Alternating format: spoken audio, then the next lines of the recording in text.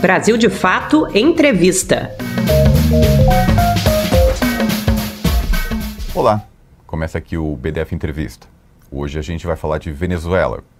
E o nosso convidado, ele integra o governo de Nicolás Maduro e fala diretamente de Caracas. Boa tarde, ministro Carlos Rom. Boa tarde. Carlos Rom foi encarregado de negócios da Venezuela nos Estados Unidos entre 2017 e 2018, início da fase mais dura do bloqueio estadunidense contra Caracas.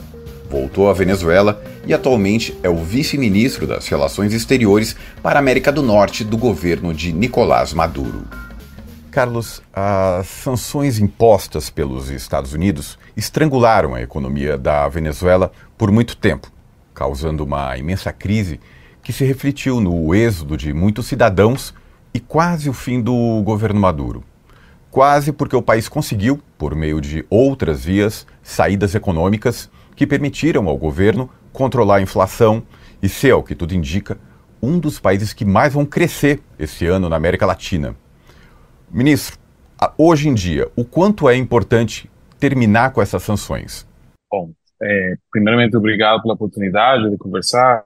Olha, eu acho que nosso principal problema hoje em dia é mesmo as medidas coercitivas unilaterais que os Estados Unidos estão colocando sobre o povo venezuelano. Porque essas medidas não são medidas dirigidas só a algumas pessoas, não atingem somente personalidades, mas atingem a população inteira, colocando dificuldades para nós conseguir brindar, prestar serviços públicos, por exemplo, a eletricidade, água. Muitas dos serviços públicos na Venezuela, por exemplo, têm peças ou estruturas que são construídas nos Estados Unidos ou em outros países que as sanções não permitem elas receberem manutenção ou partes para reparação. Então, aí já cria um problema. Além, claro, do problema principal, que é que a indústria petroleira da Venezuela, a maior indústria do país, a que fornece o maior ingresso para o país, está sendo atacada pelas sanções. Então, o ingresso do Estado, em geral, fica diminuído e os problemas, as demandas da sociedade continuam sendo as mesmas. Então, hoje em dia, seria muito importante para nós ter as condições ótimas de desenvolvimento, essas sanções, essas medidas coercitivas ilegais serem retiradas. Nós estamos fazendo um esforço para fazer que o impacto dessas sanções não sejam graves ou sérias para o nosso povo, para ter outras alternativas. E como você falou, nós estamos conseguindo um crescimento que ainda não é um crescimento ou uma estabilidade em comparação com o que a Venezuela tinha antes desses ataques, desse processo. Então, mesmo com as melhoras, se não tiver essas medidas coercitivas, a gente poderia alcançar o potencial máximo do povo venezuelano, do país, do Estado venezuelano, para melhorar a situação econômica, a situação estrutural de todo o país, infraestrutura e tudo isso. Agora, pensando no futuro, na sua opinião, quais as chances do fim dessas medidas num eventual governo da Kamala Harris e como são essas chances num eventual governo de Donald Trump? Olha, aí é difícil saber porque nós não podemos saber o que nenhum deles dois estão pensando. E nós achamos que seria muito importante, muito positivo, que os Estados Unidos abandonaram essa política de usar pressão e coerção contra outros estados e começar o caminho da diplomacia. Nós, na verdade, temos interesse em ter um diálogo construtivo com os Estados Unidos, desde que seja um diálogo de respeito mútuo e que não seja diante imposições ou ataques ou agressões como essa. O passado tem mostrado que mesmo sob o governo do Obama, como sob o governo do Trump, as medidas coercitivas ainda estão aí. Governos democratas como Biden e Obama começaram a imposição Bom, ou melhor dito, durante o governo Obama começou a imposição dessas medidas. Durante o governo de Trump, começou a prática da máxima pressão, né, o ponto mais alto, mas no governo de Biden também não retiraram.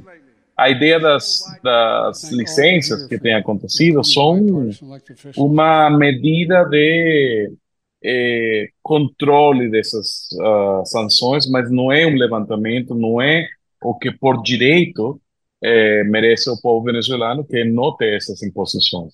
Então, de novo, não sabemos o que eles vão fazer, não podemos predecir, porque a política vai mudar muito, talvez, no campo eleitoral nos próximos meses. Mas se eles voltassem a abraçar a ideia da diplomacia, do relacionamento de benefício mútuo, a gente poderia ter um cenário diferente. Se eles continuam com essa posição, vamos ter que conseguir nosso próprio caminho e continuar fazendo o que estamos fazendo até agora, procurar alternativas. Acontece algum tipo de diálogo? Existe a possibilidade hoje de diálogo com os Estados Unidos, de governo para governo? Existe essa linha aberta ou não? Não existe comunicação?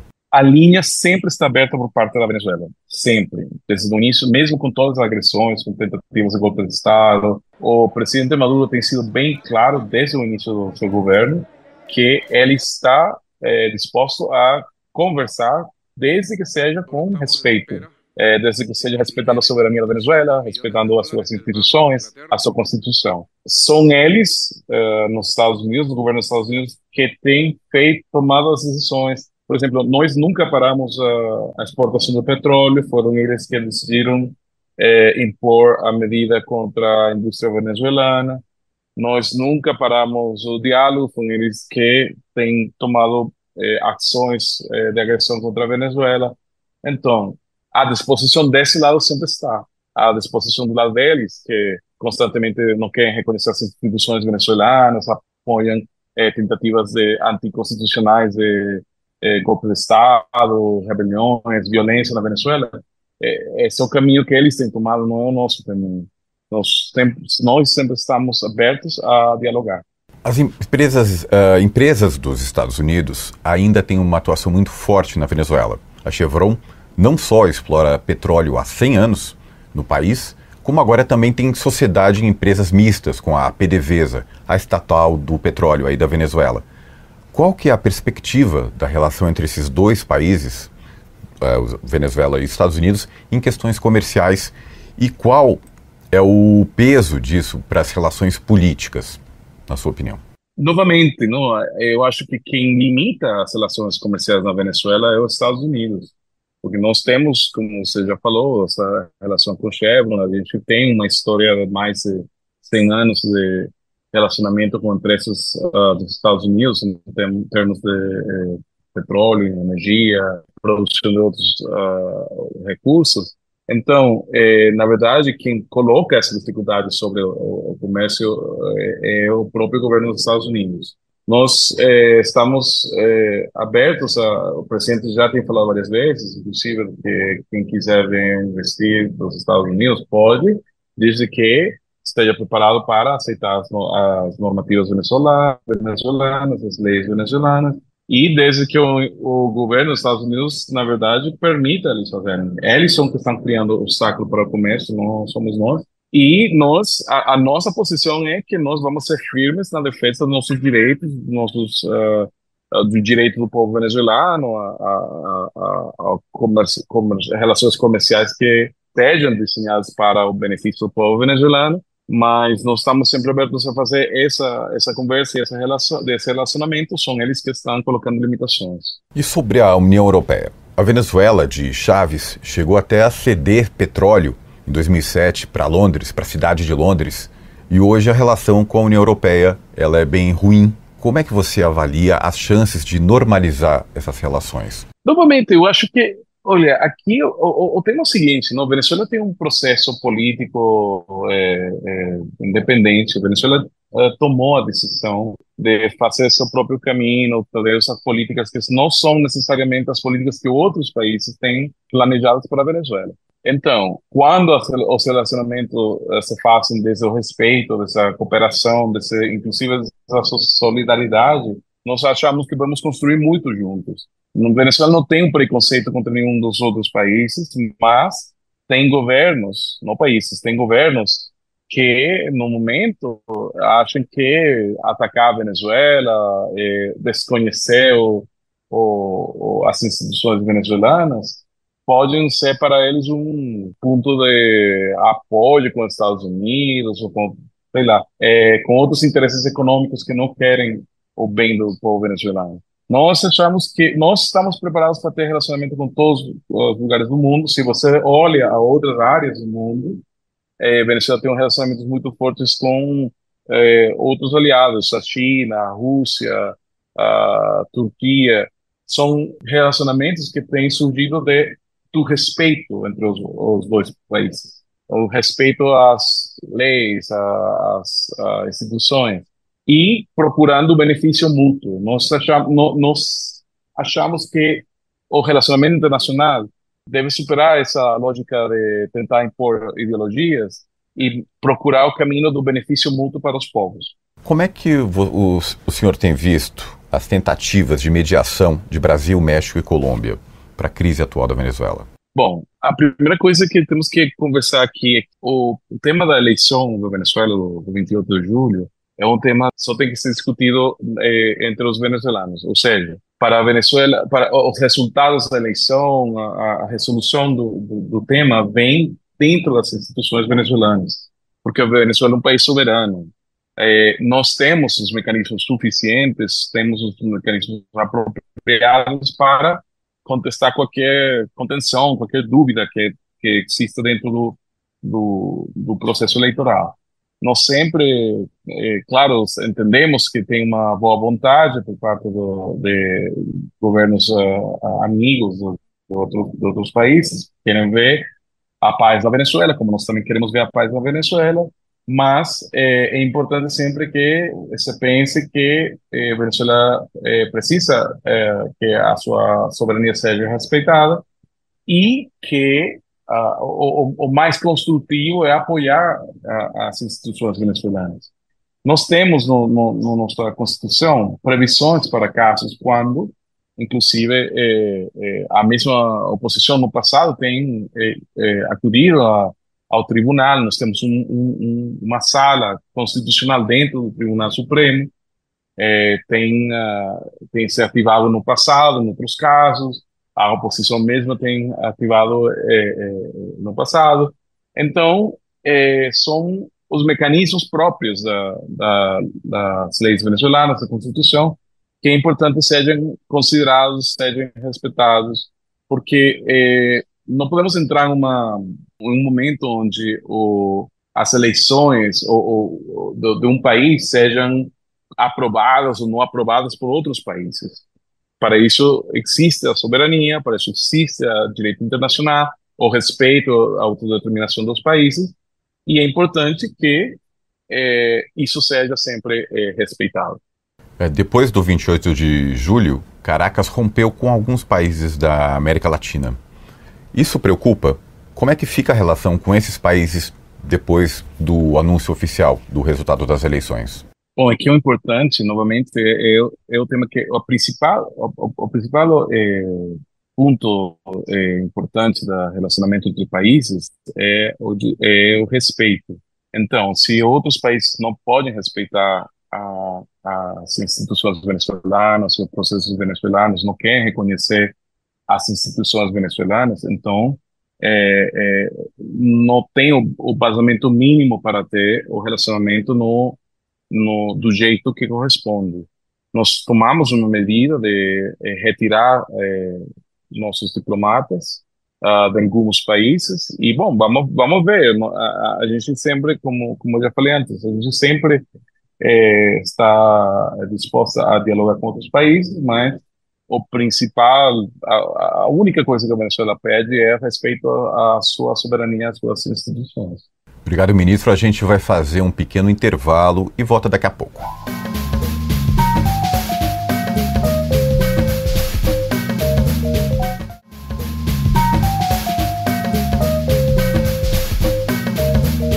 estamos de volta com o BDF Entrevista. Hoje a gente entrevista o chanceler da Venezuela para a América do Norte, o vice-chanceler da Venezuela para a América do Norte, Carlos Rom. Ministro, ainda em relação com a Europa, o Banco da Inglaterra mantém 30 toneladas de ouro venezuelano que foram retidos por determinação da Justiça Britânica. O motivo é o não reconhecimento do Banco Central venezuelano, porque o ex-deputado Juan Guaidó se autoproclamou presidente. Em tese, teria o seu próprio Banco Central reconhecido pelo governo britânico.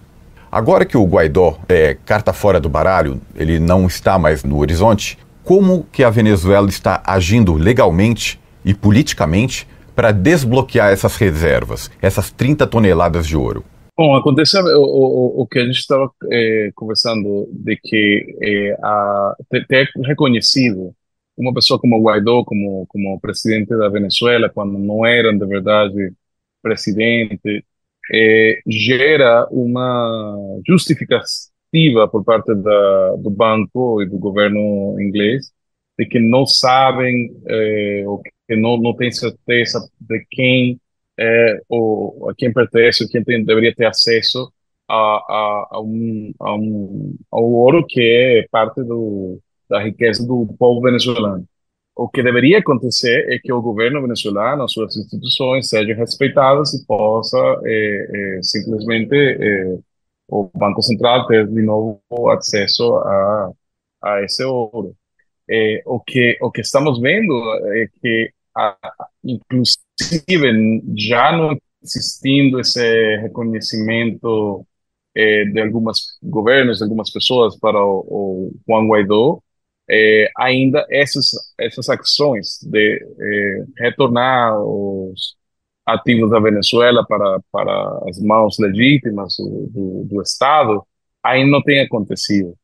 E isso é preocupante, porque é um respeito à soberania venezuelana e é um respeito ao direito internacional.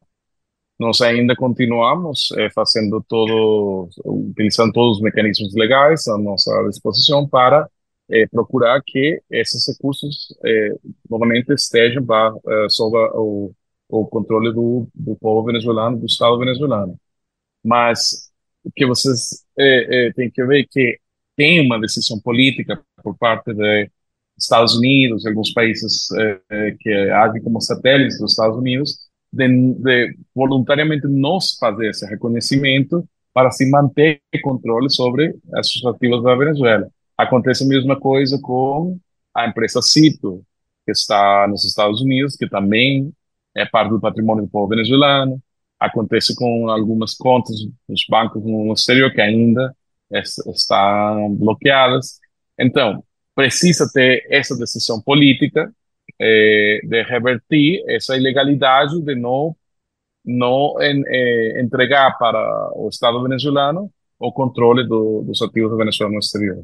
Falando da Citgo, que você mencionou, a Citgo é outro caso emblemático, famoso de roubo de ativos por conta do precedente criado pelo Guaidó. A Citgo é uma subsidiária da PDVSA, uma estatal, uma rede de refinarias e postos de gasolina nos Estados Unidos que foi apropriada por aliados de Guaidó, está prestes a ser liquidada a revelia do Estado venezuelano para quitar dívidas da Venezuela com credores históricos do país. Eu queria saber qual a situação hoje da Citgo e qual é o tipo de incidência, de influência que Caracas consegue ter para defender a empresa. Novamente, esse é o problema, não?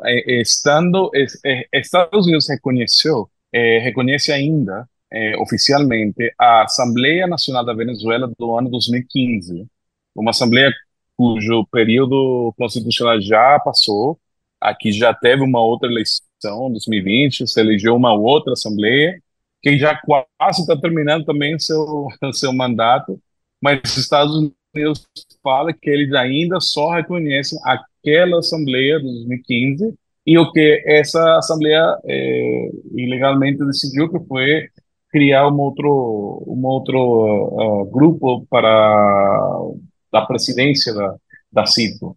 Enquanto os Estados Unidos ainda reconheça esse grupo, não, eles estão dentro da ilegalidade, não deixam também a Venezuela agir dentro das cortes dos Estados Unidos quando tem alguma contenção sobre o que tem a ver com a empresa, porque, de novo, porque eles não reconhecem o governo legítimo da Venezuela, as instituições legítimas, como representantes do país. Então, eles deixaram nas mãos daquela assembleia, daquelas pessoas que estão usurpando, na verdade, posições, porque já não existe aquela assembleia, eles estão deixando nas mãos deles o futuro da empresa e com o risco de alguma decisão ou algum tribunal tomar alguma ação em contra da empresa que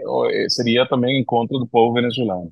É um fato de ilegalidade completa, é um fato que eles não estão permitindo a Venezuela ter seus direitos sobre a empresa e é uma grande ilegalidade. O bloqueio fez a Venezuela estreitar relações com países como o Irã, como a Rússia. Eu queria saber, na sua opinião, o que essa abertura para o sul global trouxe para a Venezuela de bom, além de equilibrar as contas? Teve outros aspectos? Bom, com certeza.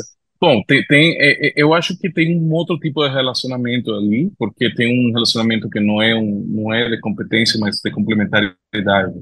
Isso é importante.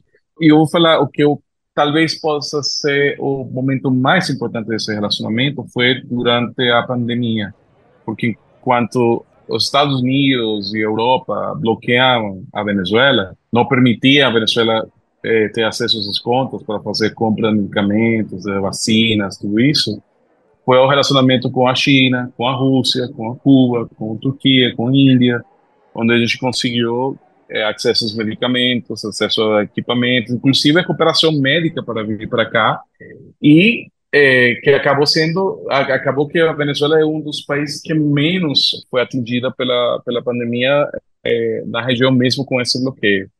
Isso foi o resultado direto dessas outras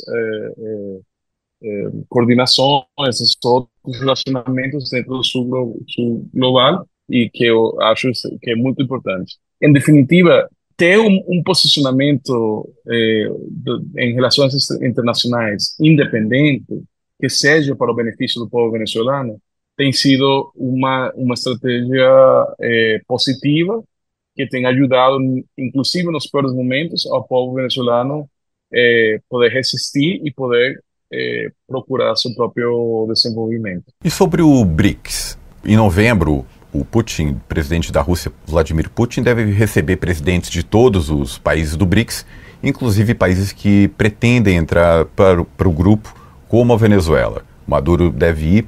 Queria saber qual a expectativa, o que o BRICS pode trazer de positivo, o que o governo da Venezuela enxerga que seria a maior vantagem do país entrar para o BRICS. Bom, nós recebemos já um convite oficial para o presidente Maduro e o presidente terá que ver a sua agenda para participar, mas já se recebeu, porque, como você falou, a Venezuela pediu para ser parte do grupo, do bloco.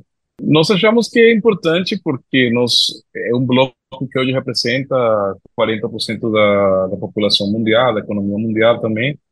Eu acho que é importante também é um espaço que se está construindo com uma nova visão, uma visão de complementariedade, uma visão de cooperação que possa ser distinta àquela visão de dívida permanente, de ajustes estruturais forçados que a gente recebeu com o relacionamento com outros espaços como o Banco Mundial, o Fundo Monetário Internacional, sempre sob a guia dos Estados Unidos.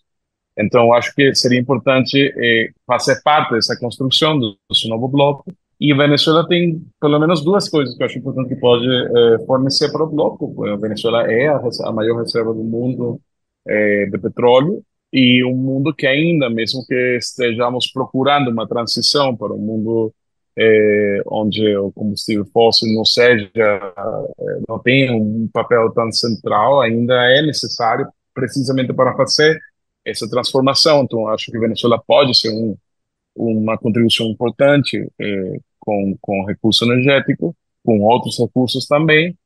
E eu acho que a Venezuela pode trazer também a experiência da Venezuela na construção da integração. Nos últimos 25 anos, a Venezuela tem sido parte ativa de processos de organização internacional. A Venezuela é uma liderança nos países exportadores de petróleo, no OPEP. A Venezuela também tem tido um papel importante nas articulações regionais, no espaço da ARBA, no espaço do UNASUR, no espaço da CELAC. Temos o projeto da Petrocaribe também com a região. Ou seja, temos já uma qualidade histórica de participar e de ser uma parte fundamental da construção dos espaços de integração. Essa experiência da Venezuela pode ajudar muito a fortalecer o bloco, a expandir, a ver como melhorar os relacionamentos entre o BRICS com o resto do mundo, e essa seria uma contribuição positiva do nosso país para o bloco. O senhor falou de petróleo, que o país ainda é o que tem maiores reservas e pode colaborar com o BRICS também no ponto de vista energético. Mas em relação à renovação da matriz energética, em relação a mudar para uma fonte de energia mais limpa, o que o país tem feito? A gente está procurando alternativas, porque é importante que nós também entendemos o peso da dependência que a Venezuela tem sobre a indústria petroleira. Por mais de 100 anos, foi a principal indústria do país, o principal motor. Hoje em dia, o presidente Maduro tem explorado outras áreas do desenvolvimento econômico. A gente está vendo áreas como a produção de farmacêuticos, o turismo, o desenvolvimento da agricultura. A Venezuela tem um solo rico. Então, a gente, para potenciar essas outras áreas e ir deixando atrás a parte mais nociva da exploração do petróleo. Esses processos demoram, são processos complexos, né? E também é importante que pensemos, não, quanto o sul global, às vezes, se exige muito do sul global, que o norte não teve que cumprir. Ou seja, o norte já contaminou, o norte já fez o seu próprio desenvolvimento e agora aconteceu de um jeito que o Sul não fez também seu próprio caminho, seu próprio desenvolvimento. Agora, a gente não pretende fazer o mesmo desenvolvimento, a gente quer fazer um desenvolvimento que seja coerente com a natureza, que seja coerente com a preservação do ambiente, mas também precisa desse tempo, desse espaço para construir. E em relação ao Essequibo, a província do Essequibo, a polêmica com a Guiana, foi um assunto que foi muito falado alguns meses atrás e ultimamente não tem sido tão falado. Como é que anda a situação agora? Existe um diálogo com a Guiana? Existe alguma perspectiva de mediação internacional? O que o senhor pensa sobre o assunto? Bom, esse tema é uma disputa que a gente tem faz mais de 100 anos, que começou não com a Guiana, mas com o Império Britânico. O resultado do colonialismo europeu. E nós temos um acordo assinado no ano 1966, o Acordo de Genebra, que é um acordo que deve, que coloca aí como é a solução, né? E a solução deve ser uma solução que seja atingida por ambas partes de uma maneira diplomática, pacífica, mas também que seja aceitável para os dois. Enquanto desde os 66 até pelo menos 2015, mesmo que a gente não atingiu uma resolução permanente do tema, sempre houve uma conversa e uma dinâmica diplomática, dando os passos indicados dentro do acordo, comissões, mediações, tudo contemplado dentro do acordo. Só que agora, desde 2015, com a presença da ExxonMobil, com a pressão que a ExxonMobil está fazendo para ter controle dos recursos petroleiros que já estão identificados nas áreas em contenção, então desde esse momento, aí muda um pouco muda a posição da Guiana, tentando uma resolução por uma via unilateral, ou seja, uma via que não conta com a aceitação da Venezuela. O que nós estamos esperando é que podamos voltar a ter essa dinâmica de aceitação mútua dos processos para a resolução, que tudo dentro do Acordo de Genebra possa alcançar essa resolução, de novo, pacífica e aceitável para os dois, mas que não sejam atores externos, como a ExxonMobil, como o, departamento, o Pentágono, o Comando Sul, que está tentando influenciar também a posição da Guiana, que esses atores externos não sejam parte dessa negociação e voltemos a sentar com a Guiana e procurar essa solução entre os dois países, que com certeza eu acho que podemos conseguir, sempre que seja com respeito e com uma tentativa de solucionar amistosamente e que seja aceitável para os dois. Para alguns analistas, pouco tem sido feito desde a reabertura da Embaixada do Brasil em Caracas e da Venezuela em Brasília, para se estimular a retomada das relações entre Brasil e Venezuela. Essa aproximação seria muito lenta, segundo algumas críticas, e enfrenta alguns obstáculos. O senhor concorda com essa visão? E o que falta para a relação bilateral melhorar ainda mais? Bom, eu acho que é uma boa relação, mas como sabemos, houve um momento muito difícil da relação dos países, quebrou o relacionamento durante o governo Bolsonaro, assim como muitas outras coisas que aconteceram no Brasil durante os governos de Temer e Bolsonaro, que atingiram o país inteiro, o desenvolvimento do país, a situação nacional. Então, como todos os processos, a gente precisa, para retomar, reconstruir alguns caminhos que já tínhamos andado, mas sempre que pensamos na relação com o Brasil, pensamos de maneira positiva, procurando esses pontos de aliança, pontos de encontro para o desenvolvimento mútuo. Então, às vezes pode ser mais rápido, pode ser um pouco mais devagar, mas o que é importante é que existe a vontade política de reconstruir esse relacionamento, esses caminhos para melhorar a interação entre os dois países, porque nós chegamos no Brasil como um aliado necessário para a construção do continente, não como competidor, não como inimigo. Não?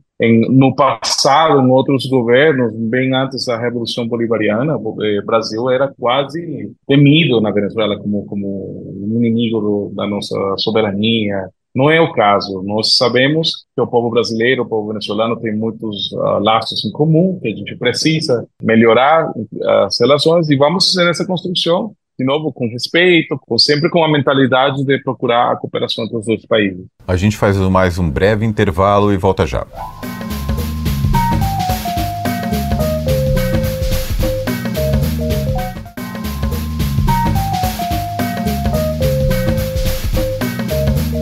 Voltamos agora com o BDF Entrevista, entrevistando o ministro venezuelano, vice-ministro das Relações Exteriores para a América do Norte, Carlos Rom. Carlos, existe algum aspecto, na sua opinião, da relação bilateral com o Brasil que pode ser melhorado, que apresenta mais potencial de beneficiar tanto brasileiros como venezuelanos? Eu acho que o relacionamento entre todos os países da América Latina sempre precisa ser mais fortes. Porque nós temos uma história comum, nós estamos construindo, deveríamos estar no caminho de construir um polo nesse momento do mundo, um polo de fortalecimento do desenvolvimento latino-americano. Mas eu acho que estamos num bom caminho. Eu acho que com um relacionamento respeituoso entre ambos países é que se precisa para construir. E não deixar que fatores externos coloquem divisões entre nossos povos, entre nossos países, entre nossos processos de integração, de unidade regional. Eu acho que isso é importante, manter a visão e a tarefa de construir unidade regional. Durante os governos de Hugo Chávez, ingressar no Mercosul era um pedido, uma reivindicação importante para a Venezuela. Naquele momento, a região vivia um período de integração. As maiores economias chegaram a ser governadas por governos de esquerda. Lula aqui no Brasil, Kirchner na Argentina, Dilma e Lula aqui no Brasil e Hugo Chávez na Venezuela. Ainda existe o desejo da Venezuela de retomar o Mercosul? O que mudou na visão de Caracas em relação ao bloco de lá para cá? Desde 2017 houve esse giro, né, esse giro para a direita na região, na América do Sul. E o que mudou na visão de Caracas? A visão de Caracas não tem mudado, né? Eu acho que o que mudou foi o que você falou, mudou a visão dos outros países e outros governos nas conjunturas.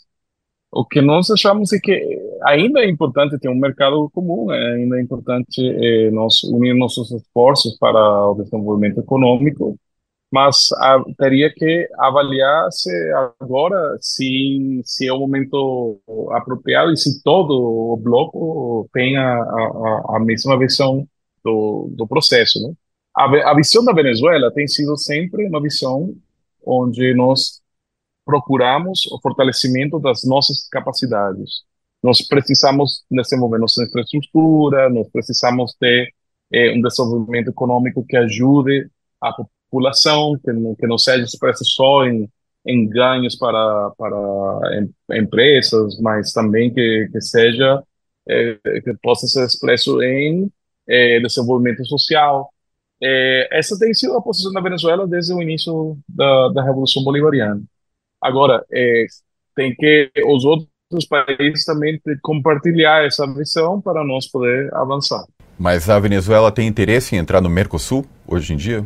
Ou é um assunto que não é mais discutido? Olha, novamente, que tem outras prioridades no momento que acho que são importantes, mas e que novamente não depende da Venezuela a visão. A Venezuela mantém a mesma visão que já tem desde o passado. O que interessa é saber qual é a visão dos outros países ao respeito. A CELAC e a Unasul ainda são instrumentos válidos, importantes de integração regional, na sua opinião? Bom, com certeza.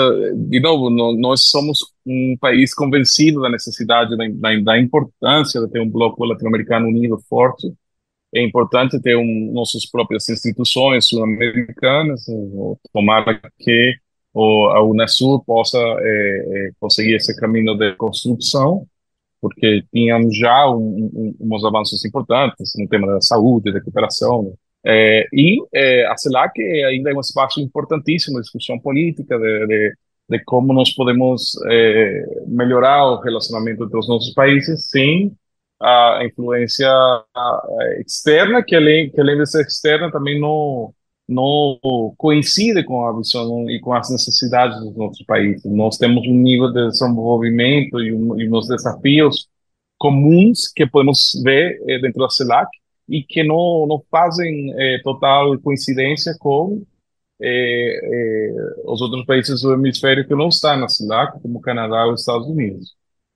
Eu acho que é importante nós manter a unidade dentro do bloco para atingir esses desafios que temos na humanidade. Temos desafios no câmbio climático, temos desafios no desenvolvimento, inclusive a atenção a produto desse câmbio climático, também a atenção a desastres naturais, coisas que a gente pode encontrar espaços de cooperação e que são e onde nós temos condições similares por ser todos mais ou menos com a mesma história, o mesmo processo de desenvolvimento, ou parecido. Então é importante nós conseguir essas similaridades para poder fortalecer o bloco inteiro. Por isso que eu acho que a necessidade de ter uma América Latina com suas próprias estruturas independentes é fundamental para o futuro da humanidade. Falando em futuro da humanidade, a humanidade parece que precisa muito mais do que qualquer outro momento do passado de união para enfrentar esses desafios que estão começando, mudança climática, a falta de empregos geradas pela tecnologia e, ao mesmo tempo, existe um aumento, um avanço da extrema-direita, que é o oposto disso, é o oposto da união, é o oposto da colaboração.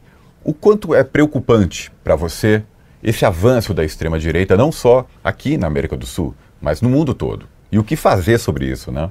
Não, para nós é sumamente importante, porque nós estamos vendo essa tendência, inclusive dentro do país, na Venezuela, tem essa tendência. O grupo que por enquanto não tem reconhecido o resultado eleitoral é precisamente faz parte desse grupo, dessa tendência fascista, dessa tendência que vemos em outros lugares do mundo. E já tem uma história também do fascismo da Venezuela, que tentou, nos anos 50, com a ditadura, tentou encaminhar o país nesse rumo, mas nós achamos que é importante fazer frente com nossos princípios, né?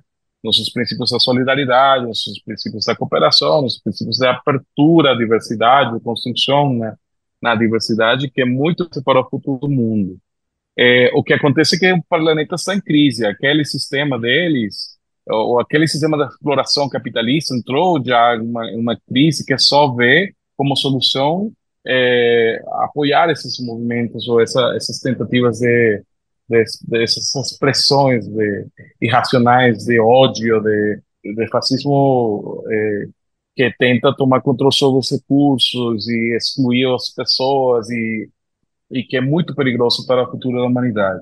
O presidente Maduro tem convocado, inclusive, para um congresso internacional contra o fascismo, contra a política de ódio, e nós esperamos que proximamente, no mês de setembro, podamos ver uma reunião aqui em Caracas com vários pensadores, acadêmicos, comunicadores, pessoas que estejam estudando esse fenômeno do fascismo, do neofascismo, e como fazer frente. Mas nós acreditamos na humanidade, nós acreditamos que tem valores humanos que vão prevalecer por cima desse ódio, desse divisionismo criado pelo fascismo, pelas novas correntes fascistas do mundo, e achamos que isso tem que passar para ser uma etapa já superada na história. Temos confiança de que isso vai acontecer. Ministro, o senhor acha possível que a oposição considerada mais democrática, que busca o diálogo, possa ganhar força aí na Venezuela? Possa estabelecer um diálogo, se tornar uma oposição de fato, a oposição mais forte? Ou ou não é possível? A extrema-direita já cooptou esse setor? Eu acho que o que você vê hoje nas ruas de Caracas, uma calma profunda que se estende por todo o país, não só Caracas, todo o país, é uma mostra que mesmo dentro da oposição, de pessoas que estão que não compartilham a visão do presidente Maduro, do governo, mesmo dentro dessa oposição, há um compromisso com a paz, com o desenvolvimento do país e com a democracia. É só um setor minoritário que ainda acredita nessa visão de ódio, mas eu acho que a maioria do país rejeita esse ódio. Por isso que não tem a violência. A violência que teve nos dias 29 e 30, uma violência provocada, pagada, uma violência estimulada desde fora, mas que não representa a maioria do povo venezuelano. A oposição, companheiro, também é importante para as pessoas saberem, a oposição faz parte da vida política da Venezuela. A oposição governa vários estados do país, pelo menos 4 estados do país estão com governadores da oposição, várias das prefeituras do país são da oposição, mas uma oposição que faz parte da normalidade democrática do país. Não estão tentando derrubar o governo, não estão tentando assassinar um presidente ou fazer parte da violência. É aquela posição que existe como deve existir qualquer democracia. Isso existe na Venezuela também. É esse grupo que está sendo intransigente que é o pior do caso, que é alimentado pelo estrangeiro, é alimentado pelos Estados Unidos, é alimentado por interesses que não são os interesses do povo venezuelano e ainda existe aí. Mas não é a maioria do povo venezuelano, tanto quem apoia o governo como quem não apoia o governo, a maioria está do lado da paz e do desenvolvimento do país, que é o melhor para o país. Tem também essa posição nacionalista que inclusive confronta a essa oposição fascista, essa oposição que chama em uma invasão, a sanções, uma oposição que e que tem seus espaços aqui no país, espaços políticos como qualquer outro lugar. E tem algum nome nacional, algum nome que esteja ganhando força, que possa representar o grupo de oposição? Essa oposição não fascista, não autoritária, mas uma oposição civilizada, possível de se dialogar? Tem vários líderes, né? Porque o país é grande, né? Então tem vários líderes do local. Não vejo uma pessoa só, mas eu acho que o importante é que você vê esse interesse por ser oposição, mas não por atentar contra a paz e a estabilidade do país. Como é que o senhor analisa o atraso do CNE, o Conselho Nacional Eleitoral, divulgar o resultado, e as alegações de ataque hacker que teriam afetado a divulgação detalhada, mesa por mesa, dos resultados eleitorais? Bom, primeiro, esclarecer uma coisa. O dia da eleição foi anunciado um primeiro boletim com resultados, tem um outro segundo boletim dias depois, ou seja, o anúncio foi feito dentro do previsto na lei e um anúncio oficial feito pelo Conselho. A publicação de resultado por cada uma das localidades, como você bem falou, foi afetada, foi atingida pelo ataque o ciberataque contra o Conselho Nacional Eleitoral e contra outros sites da Venezuela. Tem mais de 25 sites do Estado venezuelano que estão sob ataque, inclusive a Bolsa de Caracas, que não é um ente estatal, também está sob ataque, etc. Agora, a lei prevê também a colocação até 30 dias dos resultados, ou seja, que digamos assim, o que estava sendo pedido nesse momento do Conselho Eleitoral estava um pouco fora da lei. Estavam pedindo para fazer de maneira imediata uma coisa que a lei prevê que seja feita no marco de 30 dias.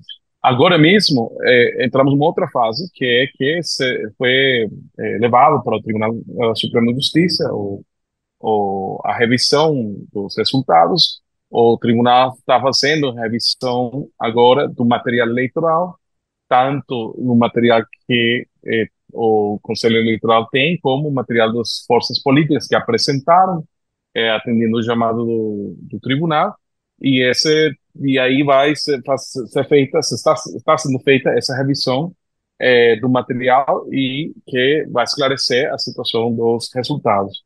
Mas o importante de tudo isso é que você vê que as instituições venezuelanas têm como solucionar essa controvérsia, têm como garantir a estabilidade do país, precisamente porque tem esses espaços para a solução, e não precisamos nem do Centro Carter, nem de outros países de contar votos da Venezuela, ou seja, nós temos todas as garantias dentro do nosso próprio sistema eleitoral. Ministro Carlos Rom, muito obrigado pelos seus comentários, os seus esclarecimentos. Muito obrigado. Esse foi o BDF Entrevista dessa semana. O programa fica disponível no YouTube, além do site do Brasil de Fato, www.brasildefato.com.br. Você pode ouvir também um programa como podcast na sua plataforma preferida. Tchau, tchau.